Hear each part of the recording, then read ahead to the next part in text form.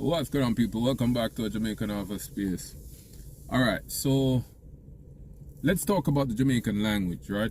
Because, as I said, I'm going to teach you how to talk like a Jamaican. Let's talk about the language itself and how it was formed and how it is presently being used. So, as you know, Jamaica was colonized by the British, right? So, the language is a mixture of English, broken English, and a combination with the language of our forefathers, which is the African language.